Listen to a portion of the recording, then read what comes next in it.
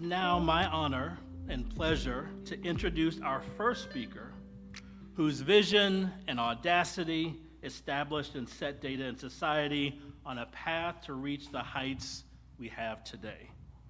Please join me in welcoming partner researcher at Microsoft Research, distinguished visiting professor at Georgetown University, author of the acclaimed book, It's Complicated, The Social Lives of Network Teens, and much more, Data and Society's intimidable founder, advisor, and friend, danah Boyd.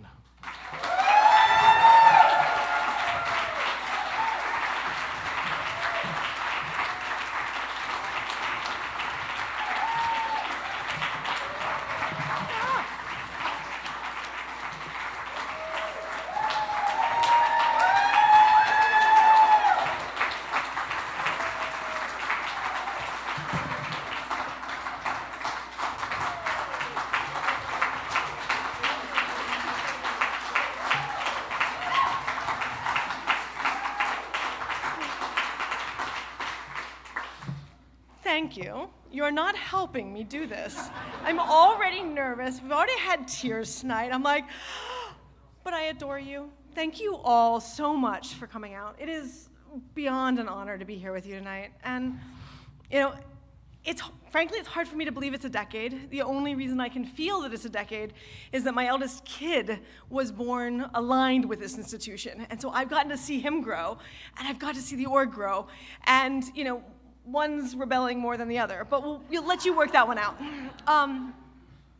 So I started Data and Society a decade ago because I was deeply concerned about a bunch of conversations that were happening around our socio-technical futures that were being shaped simultaneously by hype and fear and all sorts of ungrounded fantasies about what the future might look like.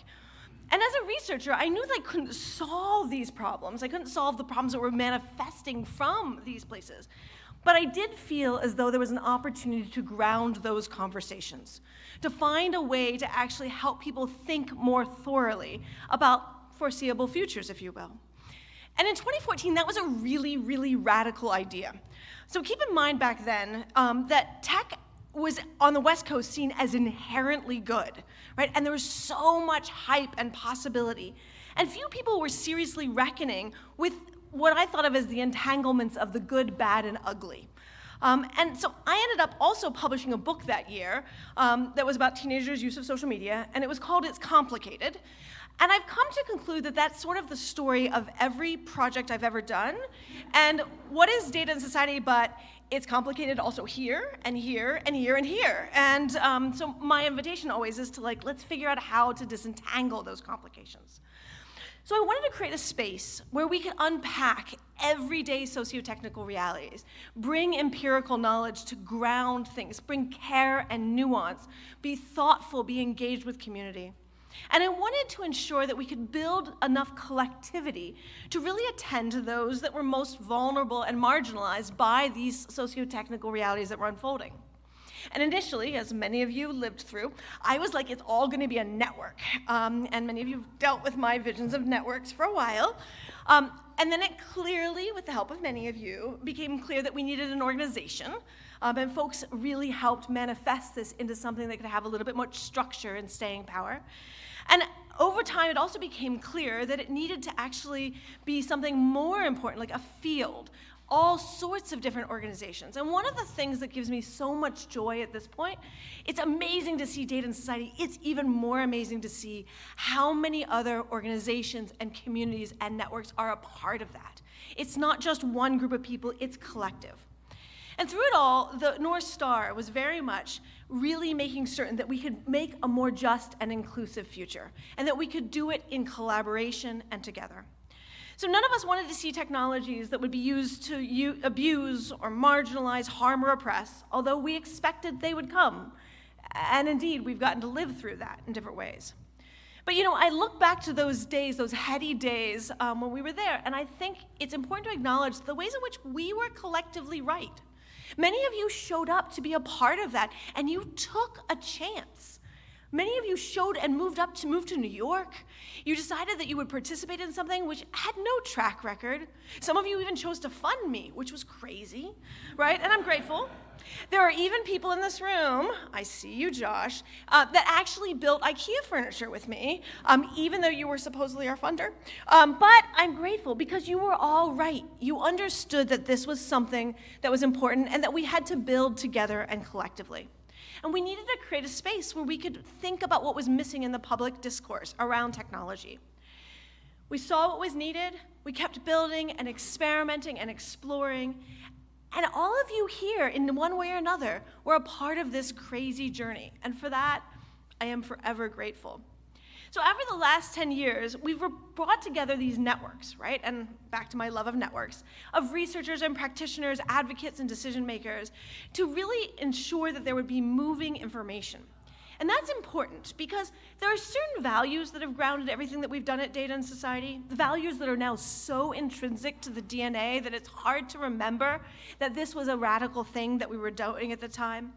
But those, in addition to the values of justice and the values of inclusion, we thought a lot about the importance of building and maintaining new relationships, finding organizations that we thought could be part of the fold, people who we thought could benefit from being in communication with us. And many of you have been part of those networks. Some of you are from different organizations that we worked with. And that's amazing, because that element, in addition to the organization, just continues to be powerful. Research has never been the answer in my mind, but I do believe it actually grounds conversations in a powerful way, and it gives a place to actually look at things in a new and challenged way. So this is also important to me, especially when there's moments of disagreement, right? Are we disagreeing because our values are different? Are we disagreeing because we have different ideas of evidence and ways of building things? Where is that disagreement, and how can we do that together?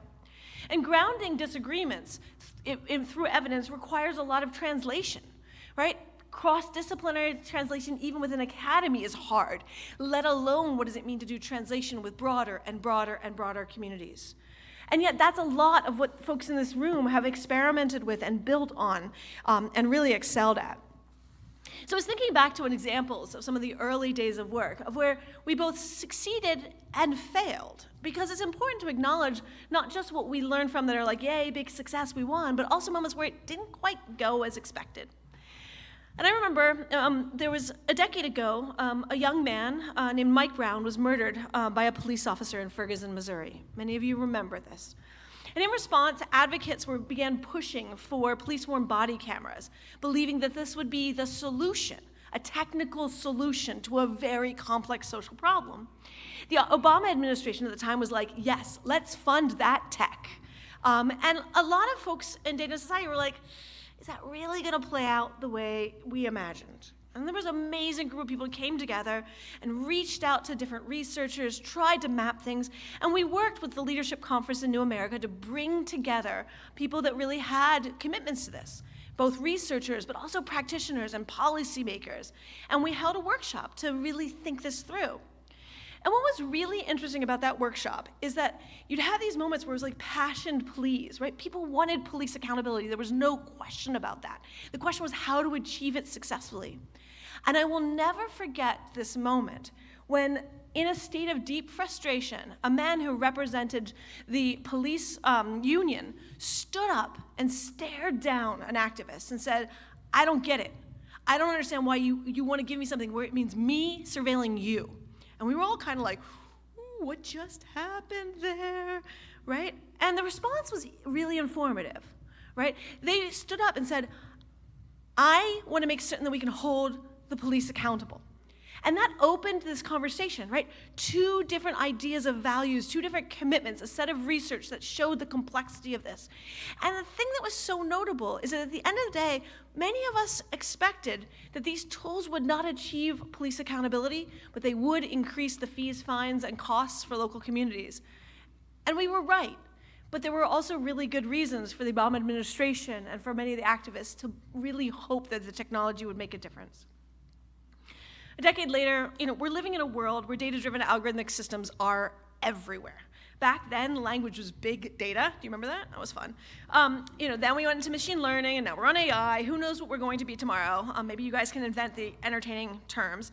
When I think about all of those components, I think about how there's this dream that technologies will solve a problem. And one of the things I think is important for us to remember is that there's not just a solution. It's not a cause or a solution. It's something that's complicated. And the work of data and society is to really complicate that process, to make certain that we look with an eye towards inequities, we look to an eye with inclusion. We don't go immediately to these binaries of it's all good or it's all bad. That's what is at the heart of this project in a powerful and powerful way. And so the questions that animate data and society were always important, but they're becoming increasingly important. And the kinds of cultures that we need in this new environment are also quite different. We need more complex networks because this conversation is so much larger than what it was a decade ago. So the latest wave of AI spectacles has only increased the importance of the work in this community. I think to all of the great things that are happening, right? How do technologies reconfigure work? What makes a system trustworthy? How do we understand the impact of systems? What is happening on the ground? How are people's health and well-being impacted? How do we ensure tech does not upend our climate? So I may have founded this organization, but this organization isn't me. It's all y'all. It's the work that has been done because of you collectively. It's the networks that exist today that brought you here. And it's the networks that are going to keep on going.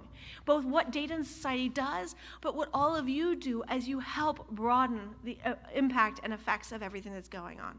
So I just want to thank you from the bottom of my heart for taking my crazy idea and making it so much more than I ever could imagine. I am grateful. Thank you.